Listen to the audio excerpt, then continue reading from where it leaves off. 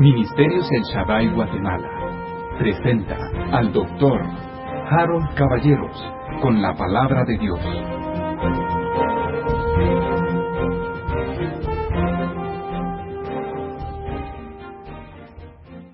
Esta es mi Biblia, la palabra de Dios. Yo soy lo que mi Biblia dice que soy. Yo tengo lo que mi Biblia dice que tengo. Y puedo hacer todo lo que mi Biblia dice que puedo hacer. Hoy la leeré, la escucharé. La semilla incorruptible de la palabra de Dios transformará mi vida para siempre. Vamos a invocar el nombre que es sobre todo nombre, el nombre de Jesús. Y vamos a clamar su presencia, su unción, su bendición. Padre bendito, mi Dios, te alabamos, te adoramos, exaltamos tu santo nombre, Jehová. Bendecimos el nombre de Jesucristo. Te adoramos, Jesús. Te alabamos, Señor, te bendecimos. Glorificamos tu nombre y te damos gracias por tu Espíritu Santo. Te bendecimos, Espíritu Santo. Te damos la bienvenida en este lugar, en nuestro corazón. Bendito Espíritu de Dios. Te alabamos, te adoramos. Glorificamos tu santo nombre, Señor. Y clamamos, Padre, tu unción, tu presencia. Señor, te pido, mi Dios, el milagro, la sobrenaturalidad de que tu unción venga sobre nosotros en este sitio hoy y durante esta semana, pero no solo en este lugar, mi Señor, sino que tu presencia, tu unción pueda llegar a través del medio hablado, a través del video, a través del audio. Dios poderoso, que tu Espíritu Santo nos unja, que tu Espíritu Santo venga sobre nosotros para capacitarnos en este conflicto y poder, mi Dios, demostrar que somos más que vencedores en aquel que nos amó, cuyo nombre es Jesucristo. Te bendecimos, mi Dios, nos ponemos en tus manos y clamamos que este sea un tiempo de refrigerio, un tiempo de restauración, un tiempo de bendición, Señor, en el nombre de Jesucristo. Amén. Con el objetivo de iniciar, quiero compartir con ustedes un testimonio. Nuestro involucramiento en el tema de la guerra espiritual comenzó hace más o menos unos 4 años, quizás un poco más ya. Y fue una cuestión meramente accidental, o quizás debiera llamarle incidental, evidentemente hecho por Dios, en la cual estábamos nosotros empeñados en ese momento en construir la plataforma de concreto sobre la cual estamos en esta noche. Íbamos a levantar esta carpa y era el mes de septiembre, y entonces nos dimos el trabajo de nivelar el terreno acá con el objetivo de levantar esta torta de cemento, esta plataforma de concreto, para poder tener este piso. Y cuando comenzamos a hacerlo, era el mes de septiembre, como digo, la época lluviosa, y el tractor comenzó a cavar un hoyo para sí mismo. Entonces, como se notaba que teníamos aquí atrás un pequeño monte que nos estaba quitando bastante del terreno, entonces al tractorista le pareció bien subirse y comenzar a quitarlo. No sé si la palabra se aplica, rasurarlo, derribarlo, quitarlo, removerlo. Y comenzó a subirse del lado izquierdo mío, derecho de ustedes, y empezó a quitar o remover la tierra. En el acto, las autoridades del gobierno vinieron y nos pararon la obra. Y a los 2 o 3 días, cuando yo regresé de un viaje, había ido a comprar la carpa.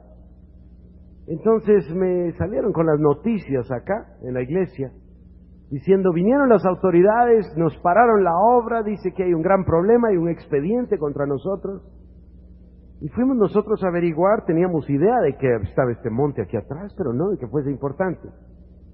Y fuimos al Instituto de Antropología e Historia, y cuando llegamos vimos que tenía una animosidad y una cuestión bastante violenta en contra nuestra.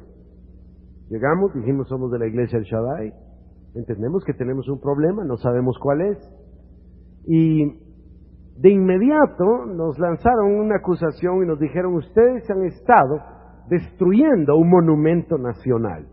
Nosotros no entendimos. Yo dije: ¿monumento nacional? No existe ningún monumento nacional. Y de pronto recordé y dije: deben estar sin duda hablando del acueducto.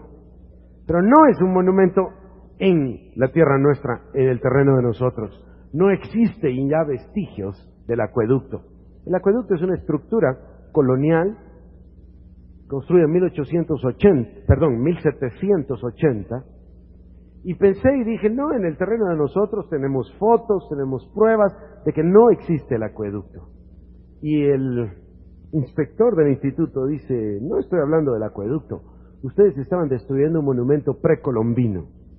Y yo: ¿monumento precolombino en esta parte de la ciudad? No podía pensar acerca de eso. No se me ocurría nada que pudiese ser precolombino en esta área de la ciudad. Entonces, como lo más natural, ¿verdad?, le pregunté: dígame el nombre, ¿qué es eso que estamos destruyendo? ¿Qué es ese monumento precolombino? Y ellos nos informaron y nos dijeron: este monumento que ustedes están destruyendo fue construido 200 años antes de Cristo y se llama el Gran Montículo de la Culebra del Valle de Guatemala. Yo nunca había oído ese nombre. El Gran Montículo de la Culebra del Valle de Guatemala. Ahora está por demás decir que el nombre nos llamó la atención poderosamente.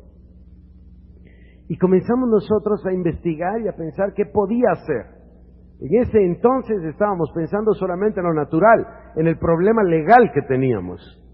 Y de hecho, nos reconocimos como culpables, dijimos: sí, es verdad, es nuestro el tractor, somos nosotros, y ignorábamos totalmente de qué se trata. Explíquenos, por favor.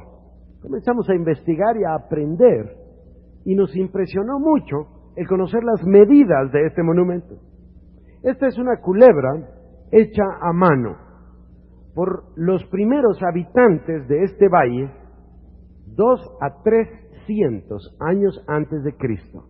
Los canes, así se llamaban, canes porque can quiere decir serpiente, y los canes eran la gente serpiente, la gente de la serpiente.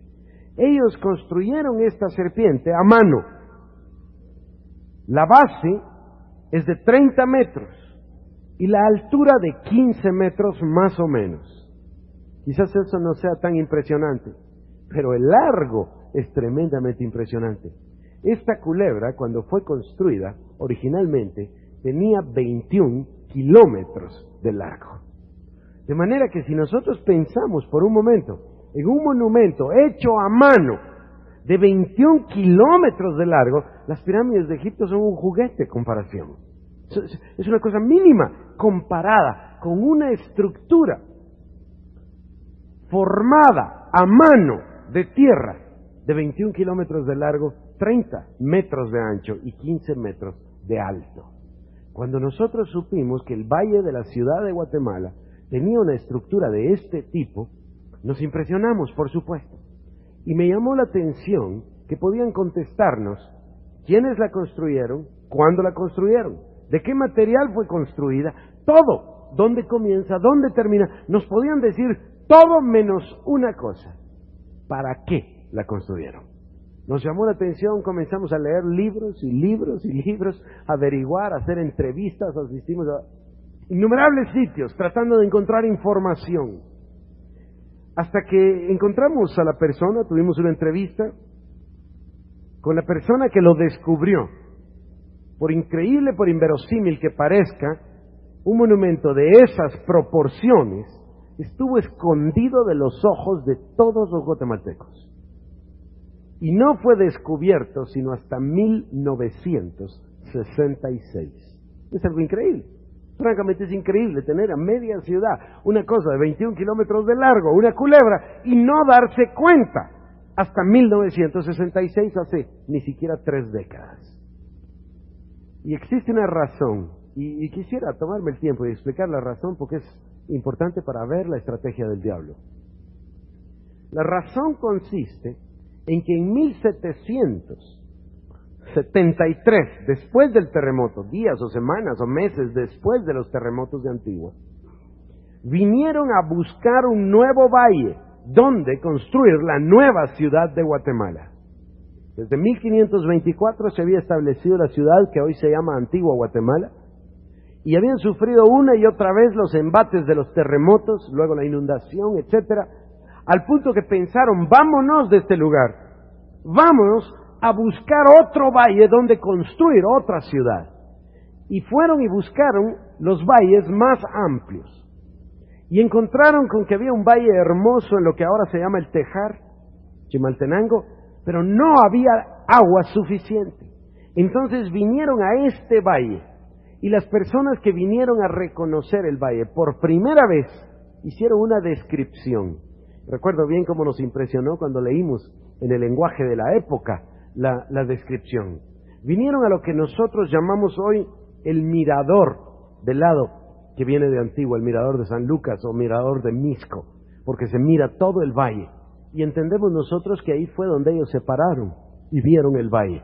Y describen el valle con palabras muy lindas. Describen un valle bello en extremo, hermoso y grande, pero, dicen ellos, habitado por una culebra.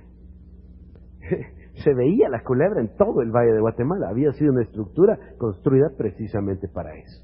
Cuando nos entrevistamos con la persona que lo descubrió, que hizo una tesis doctoral a ese respecto, y que, por cierto, la tesis doctoral se vende como un libro, y tiene las fotos y la ilustración desde donde comenzaba. Quiero decirles que el día de hoy, 1995, lo que queda de la serpiente nada más son 4 kilómetros. Si bien 4 kilómetros sigue siendo impresionante. Va desde aquí, un poquito más para allá, hasta el aeropuerto. Y se escondió, porque cuando vinieron a buscar el valle y encontraron este valle, dijeron es un valle hermoso y hay agua, entonces el fontanero real de la época, don Bernardo Ramírez, escribe en sus crónicas y dice: me pareció bien construir un acueducto desde la región de Pinula para traer el agua al valle, y me pareció ideal una estructura de tierra que los indios de la época llaman la culebra, perdón, dije de la época, del área, llaman la culebra, y subir o montar o poner el acueducto encima del lomo de esa serpiente. Muchos años después, en 1930, cuando vinieron a investigar lo que ahora se llama Caminal Juyú, desarrollaron una idea, y todo el mundo la creyó, todos la creyeron. La idea fue de que los arcos, porque tenemos unos arcos en el acueducto, que los arcos iban a lo largo de todo el acueducto, kilómetros y kilómetros, y que las personas, por miedo a los temblores y terremotos, habían apelmazado tierra pensando prevenir que la estructura se cayera. Y entonces se dio por sentado de que había arcos debajo de todo el acueducto, y de que la tierra había sido apelmazada posteriormente. Nadie lo examinó hasta 1966, cuando este hombre, caminando encima del acueducto, se dio cuenta que a unos pasos de aquí, de esta propiedad, el acueducto cruza para un lado y el montículo cruza para otro. Desarrolló la hipótesis de que podía tratarse de dos estructuras distintas o diferentes, y lo probó a través de su tesis doctoral, y es la información que tenemos para que en 1967 el gobierno de Guatemala lo dedicara como un monumento nacional a los 4 kilómetros que hasta el día de hoy quedan. Así nosotros tuvimos nuestro inicio, nuestro encuentro con lo que se llama ahora la guerra espiritual. ¿Por qué? Porque nosotros investigamos y llegamos a una conclusión. Sabían, como lo dije antes, de qué estaba hecho, quién lo construyó, cuándo, las medidas, todo lo sabían, salvo la razón o el por qué, o para qué. Y cuando nosotros llegamos a ese punto nos explicaron, la única posibilidad real o genuina que queda es de que se haya construido con fines ceremoniales. Bueno, eso era todo lo que nosotros necesitábamos escuchar. Fines ceremoniales quiere decir en lenguaje cristiano, idolatría. Lo construyeron con el objetivo de adorar a esa serpiente. Comenzamos nosotros a investigar acerca de estos señores, de los habitantes, de los canes, y averiguamos que habían venido de México, y que donde vivían en lo alto de un monte, y abajo había un río. Y entonces, no sé si ustedes lo saben, pero se los cuento, nuestros ríos en México y Centroamérica y Latinoamérica, nuestros ríos por alguna razón son verdes. Cuando sobrevolamos los ríos, se miran verdes. Aun si bien el agua es cristalina, los ríos se miran verdes. Y entonces estas personas veían cuando soplaba el viento y le levantaba olas o crestas al río y brillaba el sol, entonces parecía como que tenía olas brillantes. Lo brillante va a ser algo importante en nuestros encuentros y lo vamos a platicar después. Y cuando brillaba el sol sobre las crestas que el viento levantaba en el río, entonces ellos invocaban a su Dios, porque creían que ese río en forma de serpiente volaba, y entonces invocaban a su Dios Quetzalcoatl, que quiere decir serpiente voladora. Cuando llegamos a ese punto encontramos con que todos hemos escuchado hablar de Quetzalcoatl. Está tan metido, tan profundamente metido en nuestra cultura, que el quetzal es nuestra ave nacional, el quetzal es nuestra moneda nacional. En fin, encontramos con que toda nuestra cultura está permeada de los conceptos de este Dios que fue adorado e invocado por tantos siglos en toda nuestra tierra. Ahora, déjenme parar un momento y hablarles de este Dios Quetzalcoatl. En México, este Dios se conocía como Quetzalcoatl. En lo que hoy es Centroamérica hasta Costa Rica, se conocía con el nombre de Kukulcán. Y en Perú, en Sudamérica, recibe el nombre de Viracocha. Y este Dios fue venerado, idolatrado por siglos y siglos. Y fue la figura central de todo el desenvolvimiento de las culturas maya, azteca e inca. El centro de las tres culturas en este Dios, la serpiente voladora. Recuerdo yo la emoción que nos produjo cuando nosotros estábamos investigando y aprendíamos un poco de la cultura de México, aprendíamos otro tanto de la cultura centroamericana, aprendíamos de la cultura inca, y de repente, en el momento álgido de nuestra investigación, encontramos este Dios en la Biblia.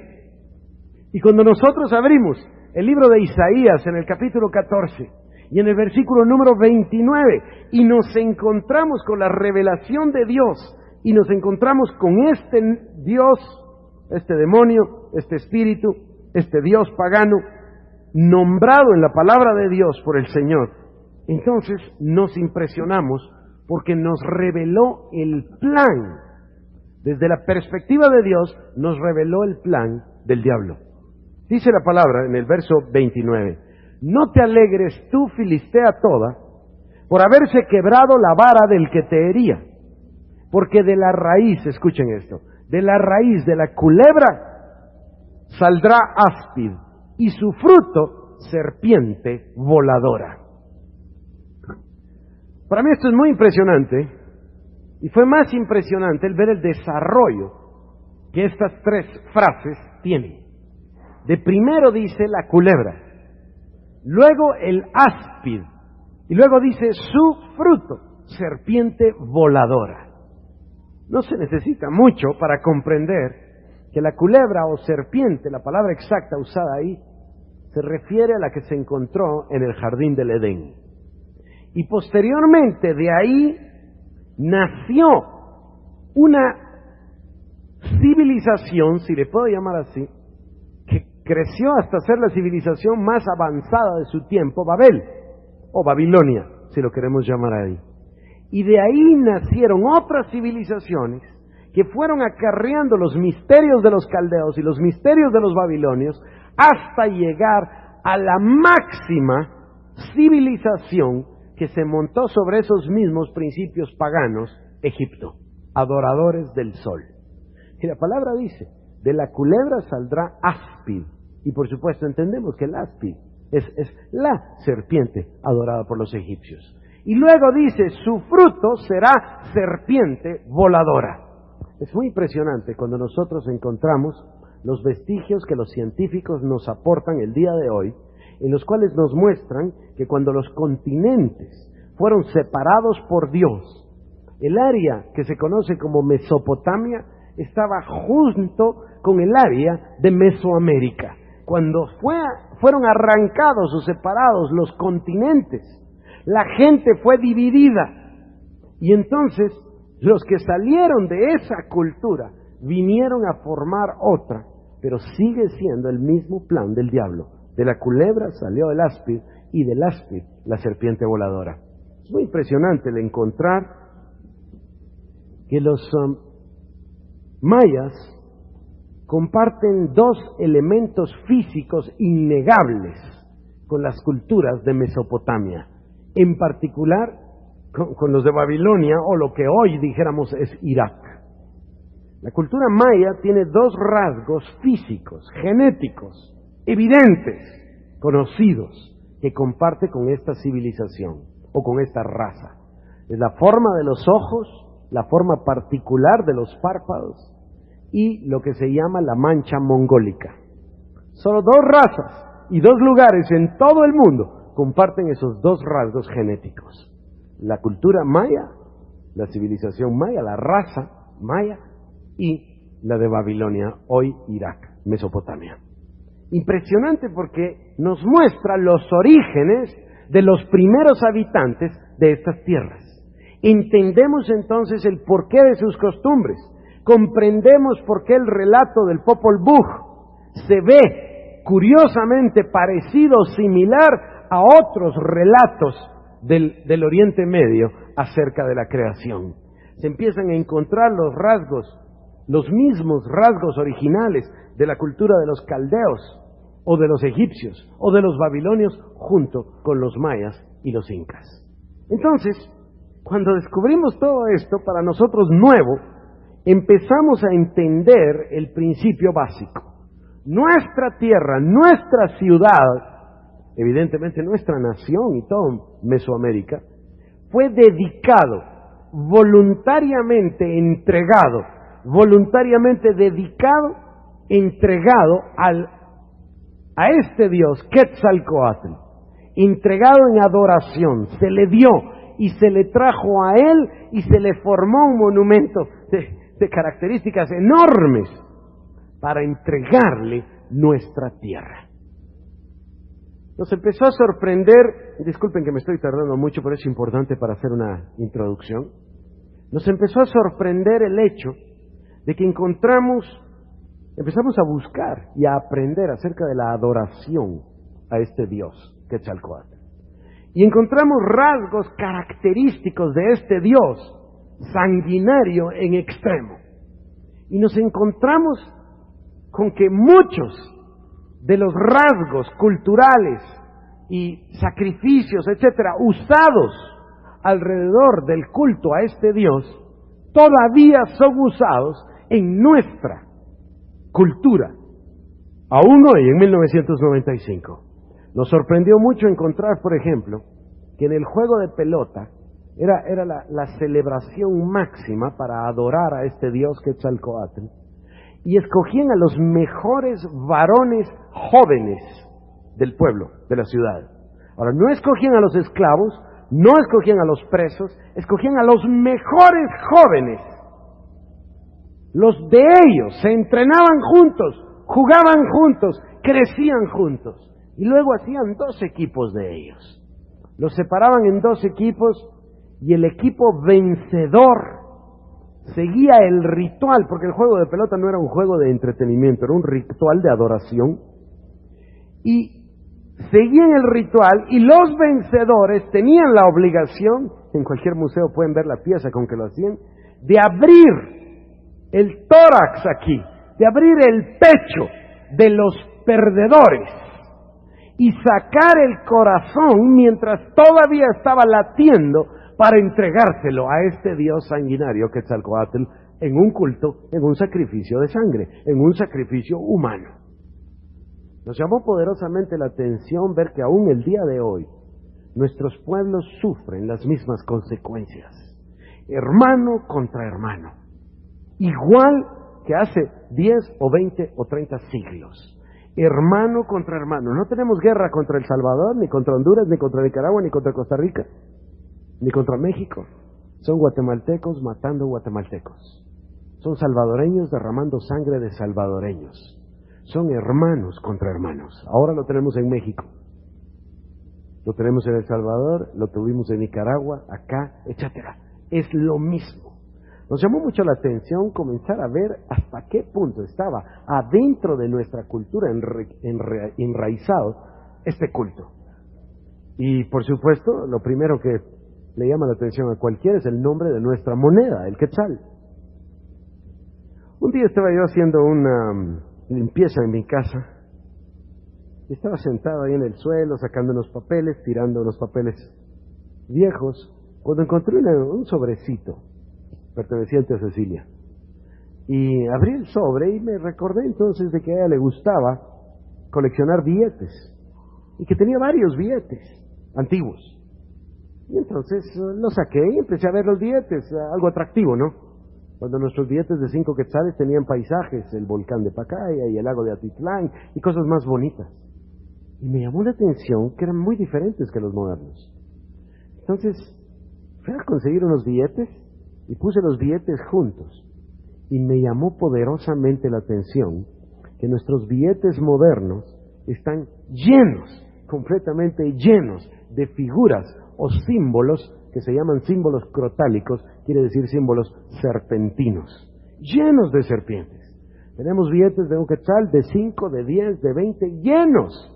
Tienen al sacerdote de Quetzalcóatl, tienen la serpiente en los números, tienen la mandíbula de la serpiente de allá de Palenque, México, el billete de un quetzal, abajo del 1, tiene el billete de 50 quetzales, tiene 21 símbolos crotálicos. Y entonces me llamó la atención, porque todos nosotros, guatemaltecos, sufrimos las consecuencias de la devaluación que comenzó hace unos 10 años. Hace 10 años y 5 o 6 meses.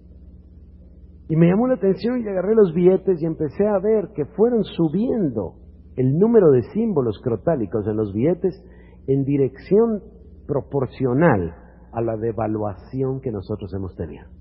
Ayer por la noche conversábamos con una predicadora mexicana y conversábamos y salió este tema. Y dice, pero mira lo que nos está sucediendo en México con la devaluación. Y pronto buscó entre su bolsa y sacó billetes de los nuevos pesos. Y nos llevamos la sorpresa, quizás no fue tan sorpresiva, de ver los símbolos crotálicos y los símbolos de idolatría en el dinero. Hay muchos más ejemplos que podría citarles, pero les cito el ejemplo del dinero, porque el dinero corre de mano en mano todos los días. Y lamentablemente tan grande el número de seres humanos que lo adora, ¿no es cierto? Entonces, nos llamó poderosamente la atención que nuestra tierra había sido dedicada a este ser. Y déjenme pasar ahora ya a otro tema. Se hizo vivo en nosotros que el efecto de la idolatría producía un resultado sin importar la diferencia en el tiempo. Quiero decir, que no importa que ellos hayan hecho esta serpiente hace 2000 años o 2300 años, aún estamos viviendo los resultados y los seguiremos viviendo si no hacemos algo espiritual al respecto. Comenzamos a investigar y creció en nosotros el tema de la guerra espiritual. Pasamos al segundo tema, el tema de la territorialidad de los espíritus. Probablemente para algunos el tema de la territorialidad de los espíritus sea algo ya tremendamente conocido.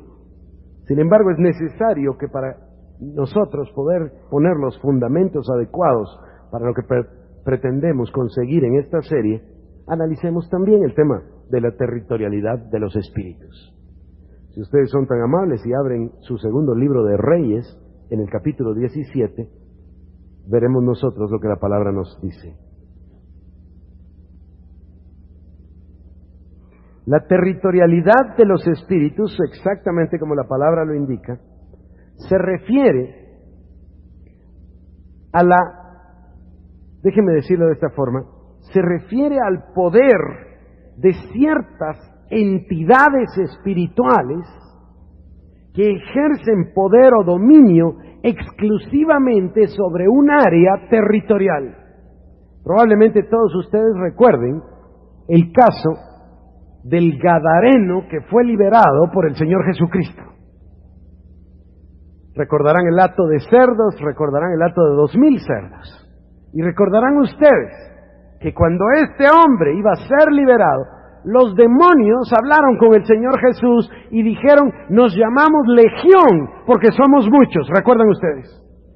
Y le dijeron, permite, cuando Él los echó fuera, entonces la palabra dice que le dijeron, permite que nos quedemos en esta tierra, en este lugar. Si leyésemos nosotros la versión en inglés del Rey Santiago, leeríamos que dice exactamente, permite que nos quedemos en este país.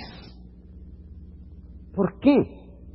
Porque los espíritus están de alguna manera ligados a un territorio.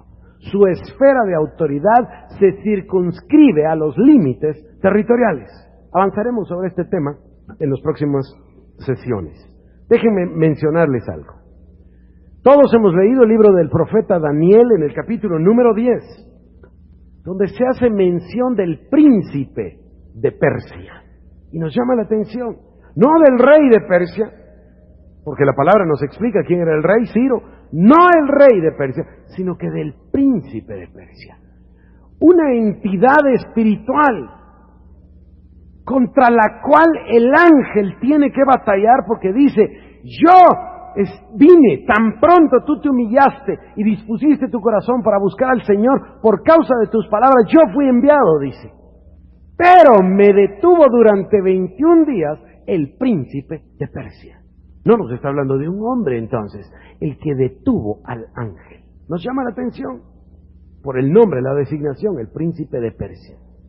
Y el mismo capítulo 10 de Daniel, en el versículo 20 ahora, dice, y ahora tengo que regresar para pelear contra el príncipe de Persia y después vendrá el príncipe de Grecia. Y cualquiera de nosotros que tiene conocimientos mínimos de historia sabe que después del imperio persa vino el imperio griego. Nos llama la atención poderosamente, y como si fuera poco, el versículo 26 todavía añade, el 21, en el mismo Daniel 10, añade, ninguno me ayuda en contra de ellos, sino Miguel, vuestro príncipe. Y por supuesto pensamos siempre en el arcángel Miguel. Entonces nos llama la atención, Gabriel, el arcángel Gabriel, portador de un mensaje, mensajero de Dios para traer la respuesta a Daniel, se encuentra con oposición de un príncipe que se llama el príncipe de Persia. Sabe que va a haber más oposición por el príncipe de Grecia. Y dice, nadie me ayuda sino vuestro príncipe. Emocionante, porque quiere decir que Miguel es el príncipe de Israel. Esto me lleva a otro tema emocionante. Solo lo voy a mencionar hoy. Es apasionante. Los ángeles de las naciones. Hay ángeles designados sobre cada nación. Es un principio bíblico, lo veremos con detalle. Y Daniel capítulo 4 y verso 26 nos hace ver otro tema. Nos muestra que el cielo gobierna sobre la tierra.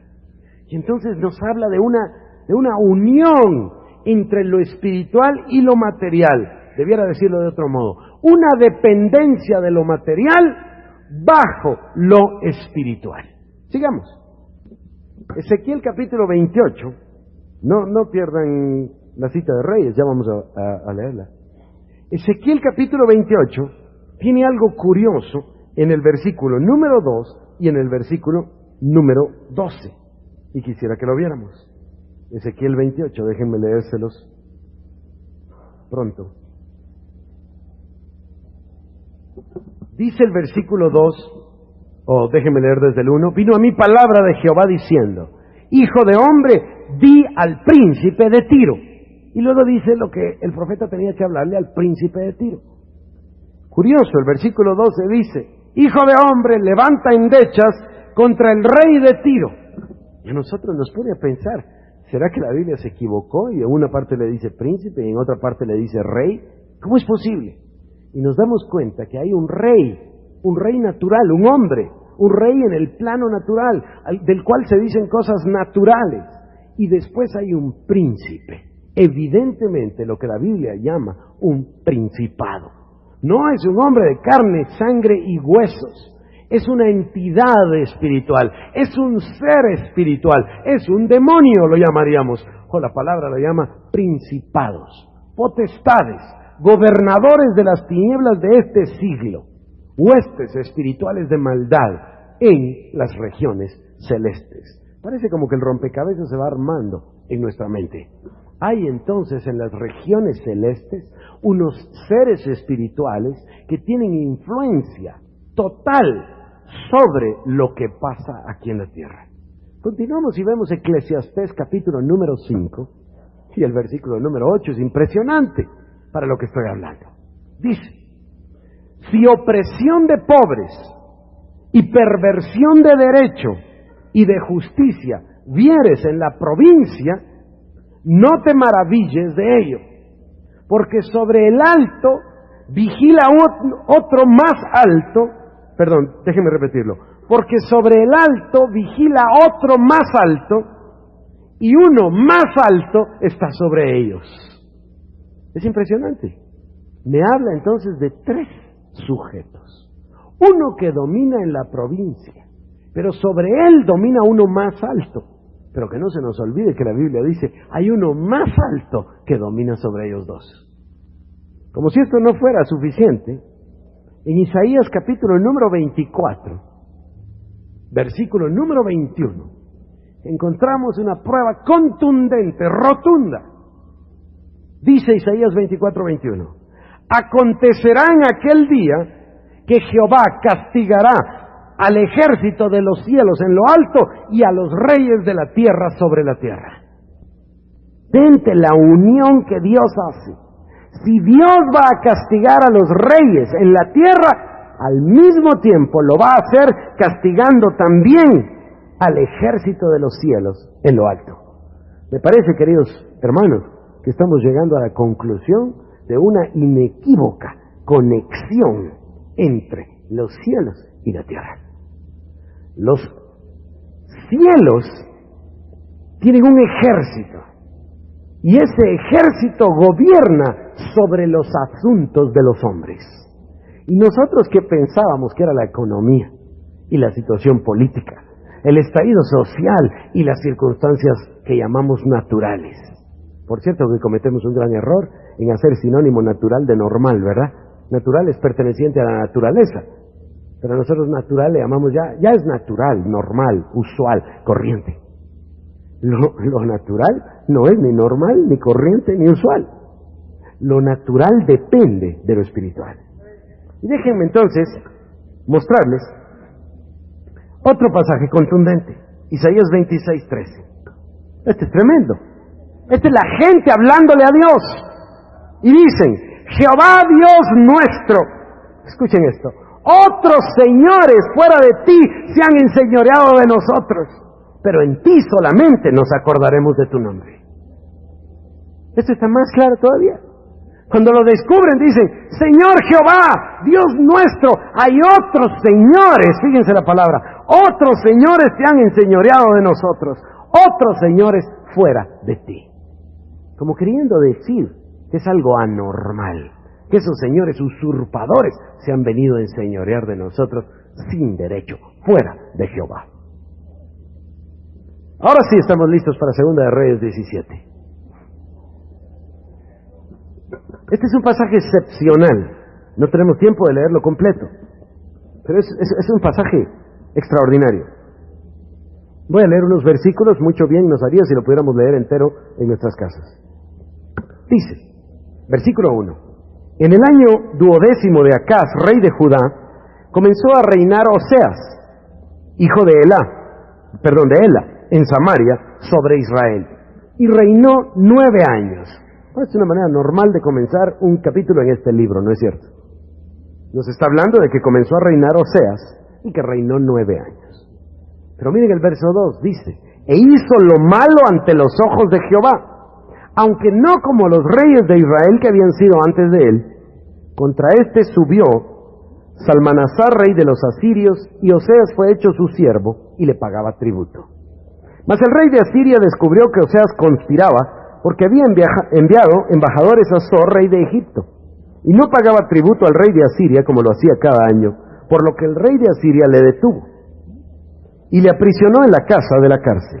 Y el rey de Asiria invadió todo el país y sitió a Samaria y estuvo sobre ella 3 años.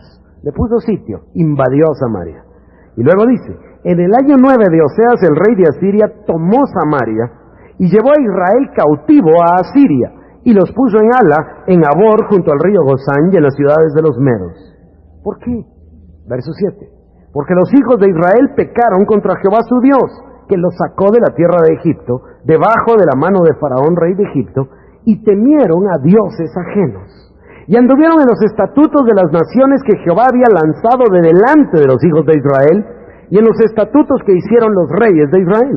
Y los hijos de Israel hicieron secretamente cosas no rectas contra Jehová, su Dios, edificándose lugares altos en todas sus ciudades, desde las torres de las atalayas hasta las ciudades fortificadas. Y levantaron estatuas e imágenes de acera en todo collado alto y debajo de todo árbol frondoso, y quemaron ahí incienso en todos los lugares altos, a la manera de las naciones que Jehová había traspuesto de delante de ellos. No tengo el tiempo para leer todo el capítulo, es apasionante.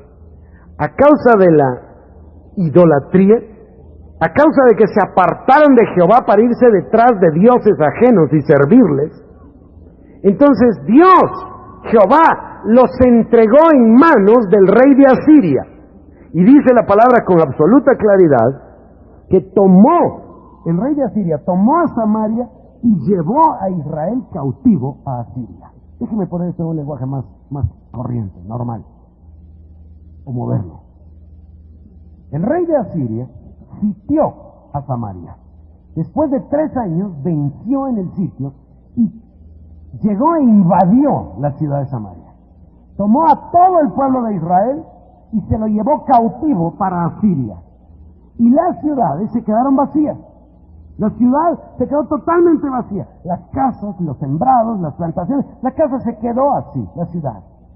Y entonces dice la palabra en el verso 24. Y trajo el rey de Asiria gente de Babilonia, de Cuta, de Aba, de Hamat, de Sefarvaim, y los puso en las ciudades de Samaria en lugar de los hijos de Israel, y poseyeron a Samaria y habitaron en sus ciudades. ¿Se dan cuenta?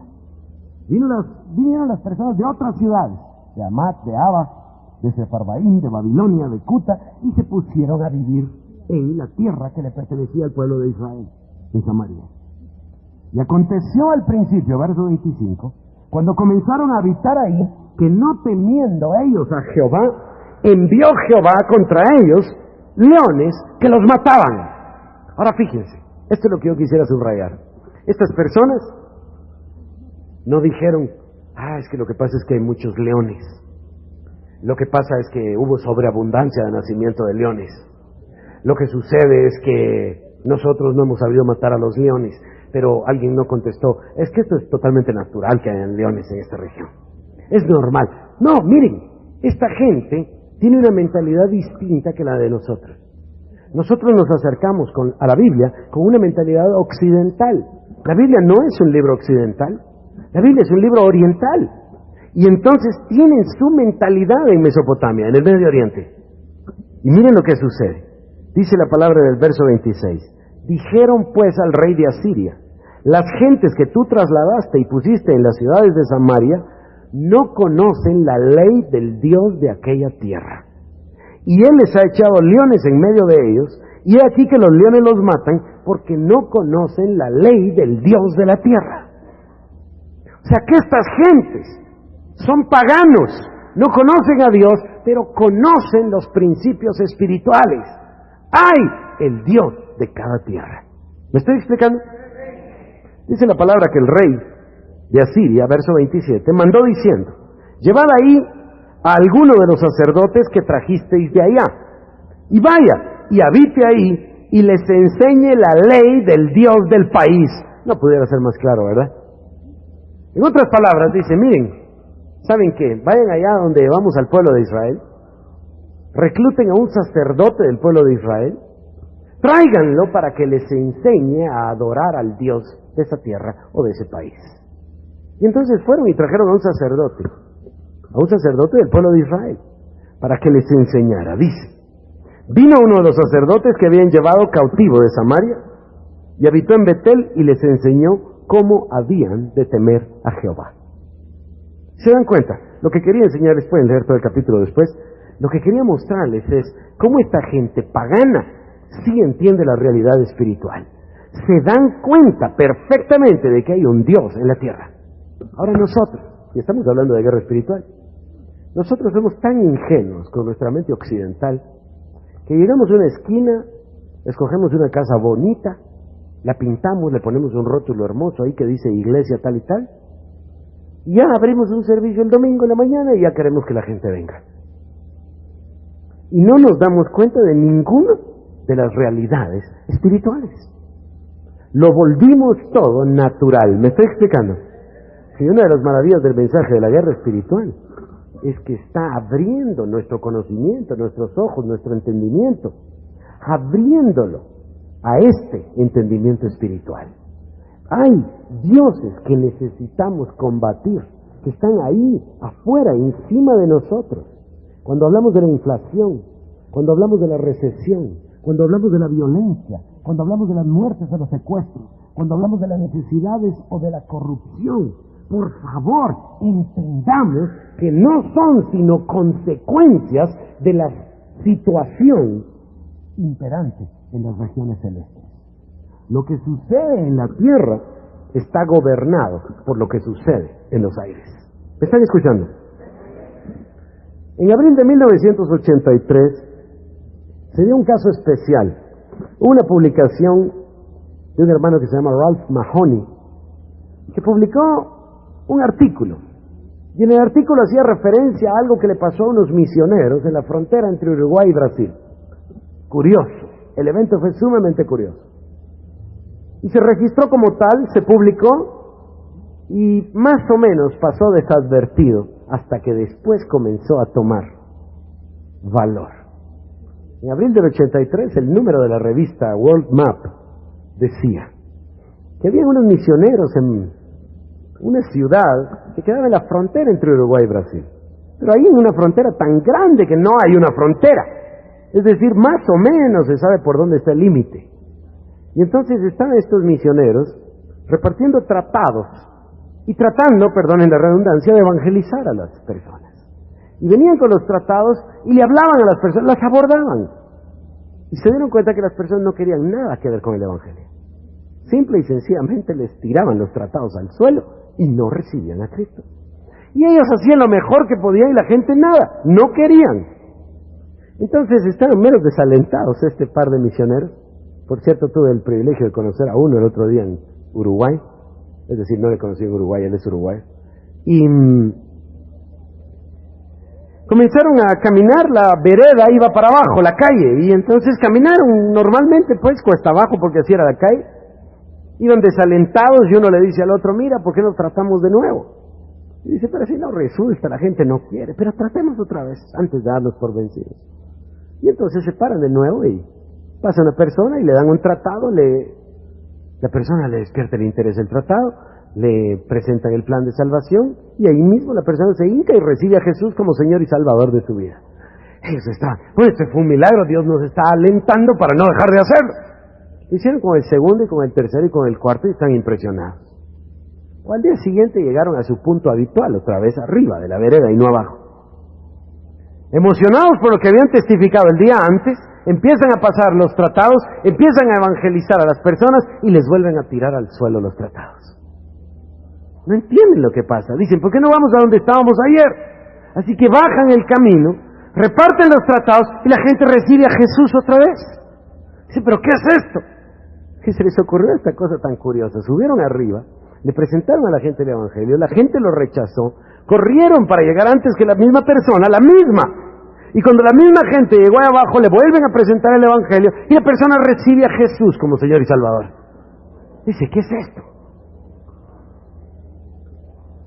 Cuando ellos se encontraron con otros misioneros, les contaron lo que estaba sucediendo, los otros misioneros, más entendidos en las cosas espirituales. Dice, es muy simple, dice, es muy sencillo. Allá arriba del camino es Uruguay, aquí abajo es Brasil. Y en Uruguay no hay oradores, Pero aquí en Brasil hay en una ciudad un grupo de intercesores que están clamando día y noche delante del trono de Dios para que los cielos sean abiertos sobre Brasil. Bueno, si van a aplaudir, aplaudan bien.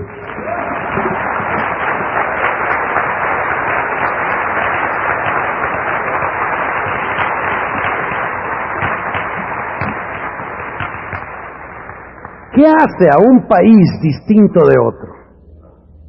Entramos a otro concepto. El concepto de la cubierta de tinieblas. Hemos hablado de la territorialidad de los espíritus.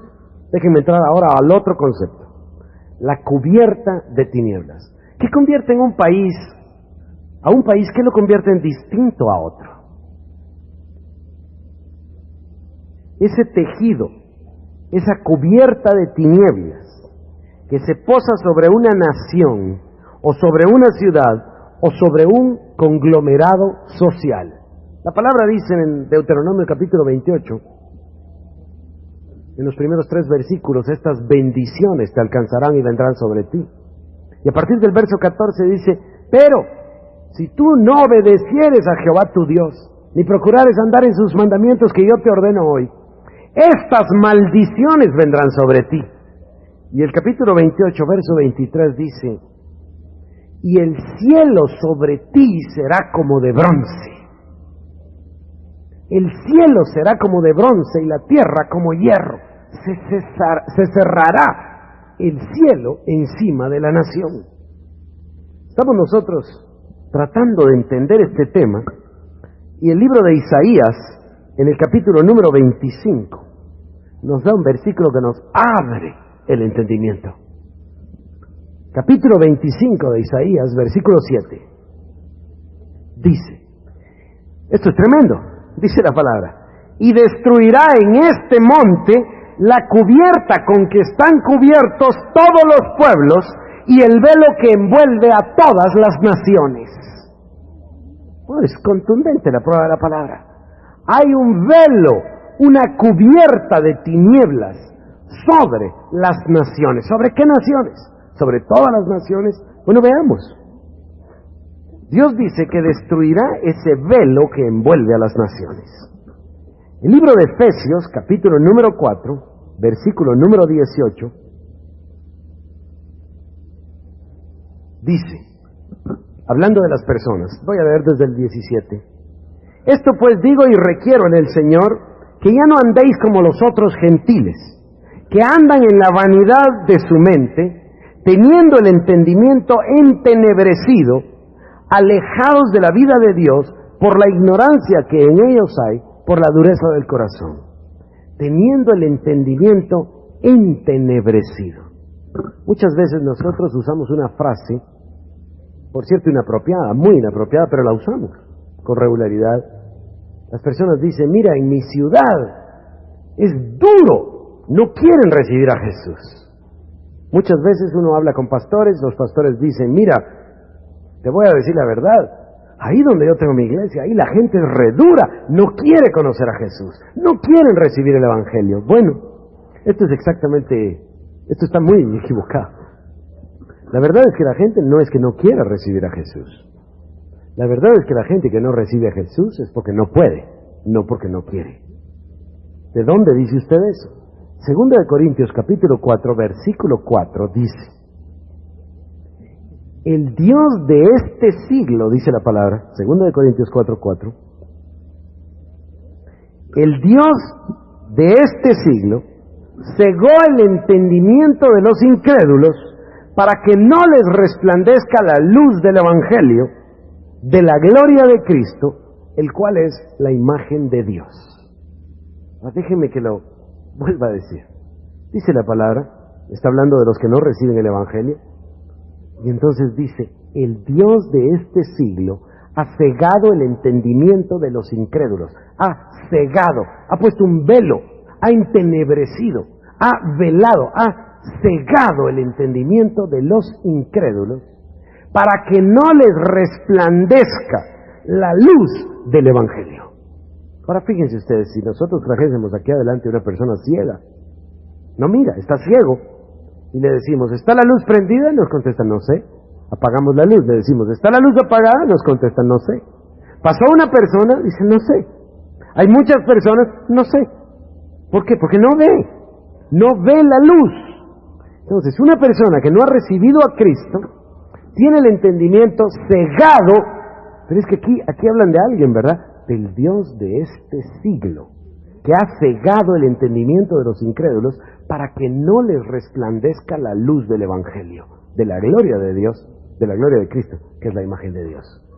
Entonces, la persona que no ha recibido a Jesús, no es que no quiera, es que no puede.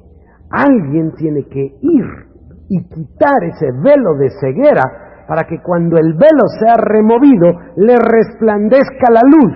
Y ahora les preguntaré algo. Cuando nosotros vimos la luz de Cristo, les pregunto, ¿queremos volver a las tinieblas? Por supuesto que no, porque nos resplandeció la luz. Pero cuando no habíamos recibido a Jesús, no nos resplandecía. ¿Me estoy explicando? Este es el principio de la guerra espiritual. Se hace la batalla espiritual para remover esos velos de ceguera, para quitarle el poder a esos espíritus inmundos que están en las regiones celestes, subyugando ciudades y naciones. Y aquí está el cuerpo de Cristo batallando en lo natural, luchando y luchando con programas y programas, campañas evangelísticas, cruzadas, esto y lo otro. Dice, pero no avanza, porque no hemos echado mano de los recursos espirituales. Déjenme seguir. Quiero mostrarles algo dramático, esto es algo impresionante. Libro de Job, capítulo número 37. ¿Qué sucede cuando hay una cubierta de tinieblas?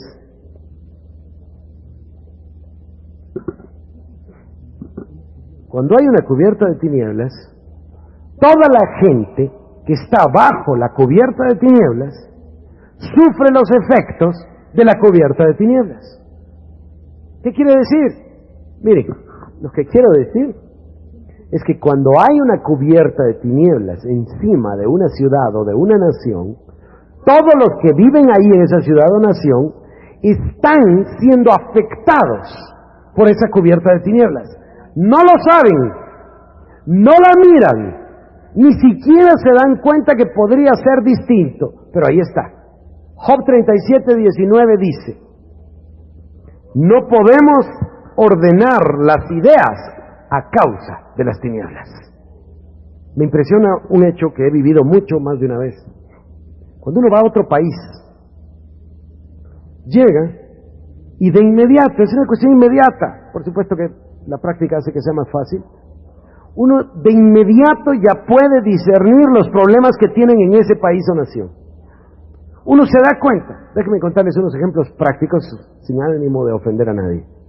Pero llegué a Venezuela la primera vez y estoy platicando con un pastor que tiene varios miles de miembros. Y le digo yo, vamos a conocer la iglesia, el edificio.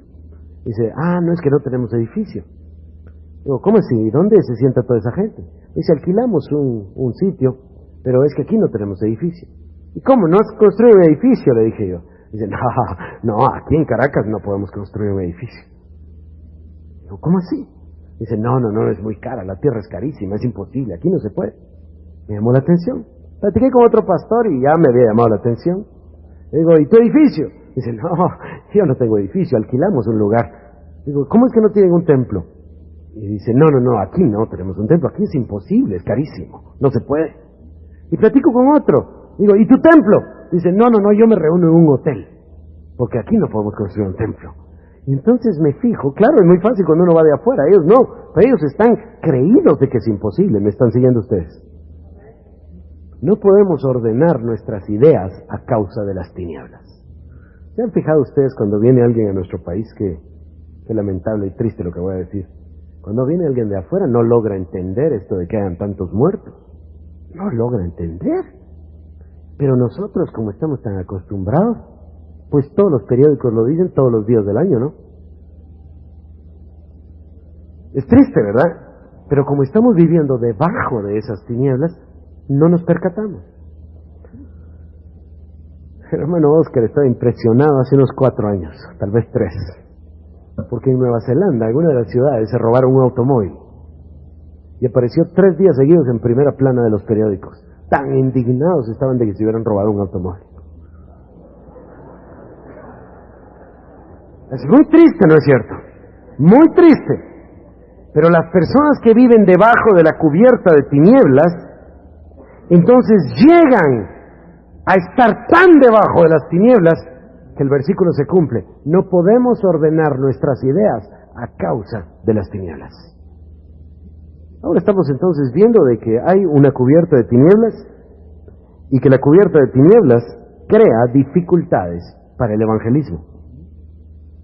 Ahora hablemos del opuesto a la cubierta de tinieblas, otro concepto. Perdonen que vaya tan despacio, normalmente no hablo tan despacio, así que estoy haciendo lo mejor que puedo y por eso me estoy tardando tanto. El concepto opuesto a la cubierta de tinieblas es un concepto que nos es introducido en los evangelios por Jesús. Es el concepto de los cielos abiertos. Bueno, en vez de que haya una cubierta de tinieblas, la Biblia nos habla de los cielos abiertos. Estos pasajes son hermosísimos, si ustedes quieren abrirlos conmigo. Juan capítulo número 1 y Mateo capítulo número 3. Mateo 3:16. Ahora fíjense que no fue Juan 3:16, fue Mateo 3:16. Y Lucas número 1. Dice la palabra del Señor que trajeron a Jesús a un hombre que se llamaba Natanael, ¿recuerdan ustedes? Y entonces Natanael viene y Jesús le dice, antes de que Felipe te llamara, yo te vi debajo de la higuera. Y Natanael se sorprendió y dice, Rabí, tú eres el Hijo de Dios, el Rey de Israel. Este es el mismo Natanael que hace un momento acababa de decir, ¿puede salir algo de bueno de Nazaret? Y Jesús le dice, porque te vi debajo de la higuera, ¿crees? Cosas mayores que esta verás. Verso 51, y le dijo, de cierto os digo, de aquí adelante veréis el cielo abierto y a los ángeles de Dios que suben y descienden sobre el Hijo del Hombre. La siguiente referencia en Mateo 3:16 es el mismo registro. Dice el Señor, mayores cosas que estas verás. Queridos hermanos, no exagero si les digo que este es verdaderamente el secreto del Señor Jesucristo, el secreto del ministerio de Jesús. Dice, mayores cosas que esta verás, porque verás los cielos abiertos y los ángeles subiendo y descendiendo sobre el Hijo del Hombre. Bueno, cuando nosotros leemos Hebreos capítulo número 2, verso, ¿qué es? Capítulo número 1. Cuando nosotros leemos, los ángeles son espíritus ministradores, enviados para ministrar a favor de los que serán herederos de la salvación. O sea que los ángeles vienen a ministrar, ¿a quién? A aquellos que van a ser herederos de la salvación. Entonces necesitamos a los ángeles para remover el velo de ceguera, para que resplandezca la luz del Evangelio. Y Jesús tuvo todo el tiempo los cielos abiertos y el ministerio de los ángeles operando en su ministerio. ¿Cómo lo hizo? Lo vamos a examinar con detalle. Pero el Señor Jesús, a través de la oración, mantuvo los cielos abiertos. Y en el libro de Hechos, capítulo número 7, verso 56, hay un registro hermoso. Este es un caso difícil en el cual Esteban, el primer mártir de la iglesia se le llama, está siendo apedreado o asesinado, a punto de morir. Dice la palabra en el verso 55, estoy en Hechos 7, 55 y 56.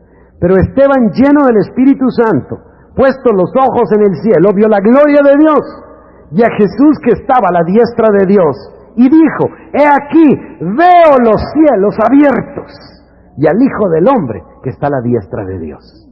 Quiere decir que no solo fue en el ministerio de Jesús que los cielos estaban abiertos. En el ministerio de los apóstoles, los discípulos entendieron el mismo principio y los cielos estaban abiertos. Y los ángeles subían y descendían. Queridos hermanos, estoy llegando al final de esta primera parte. Estamos dándonos cuenta de que nuestros verdaderos oponentes son seres que carecen de cuerpo y carne y sangre. Son seres espirituales. Son unas entidades espirituales que se mueven en los aires, en las regiones celestes. Nuestros verdaderos oponentes están delimitados en Efesios capítulo 6, versículo 12. donde la palabra dice, porque nuestra lucha no es contra sangre y carne, sino contra principados, contra potestades, contra los gobernadores de las tinieblas de este siglo, contra huestes espirituales de maldad en las regiones celestes. Nuestros verdaderos oponentes no son los hombres. Esto está como la historia del montículo de la culebra. ¿Qué cosa? El diablo había logrado por tantos años que nosotros pensáramos que nuestros oponentes eran los hermanos bautistas o los hermanos pentecostales o los hermanos de la otra esquina. Había logrado el diablo hacernos pensar que nuestros oponentes eran los hombres y las mujeres. Que nuestro problema era con nuestros semejantes. Mientras que la palabra con claridad nos dice, nuestra lucha no es contra hombres de carne y hueso. Nuestra lucha es contra seres espirituales. Segunda de Corintios, capítulo 10, versículo 3. Aunque andamos en la carne, no militamos según la carne, porque las armas de nuestra milicia no son carnales, sino que son poderosas en Dios. Queridos hermanos, estamos concluyendo entonces que nuestros oponentes son seres espirituales. Estamos involucrados en una lucha de dos reinos. Hay un conflicto cósmico que no habíamos entendido. El conflicto entre el bien y el mal. Hay dos oponentes, el reino de la luz y el reino de las tinieblas. Y el conflicto cósmico tiene como escenario la tierra y los hombres. El reino de la luz combate contra el reino de las tinieblas. La batalla eterna. La batalla entre el bien y el mal.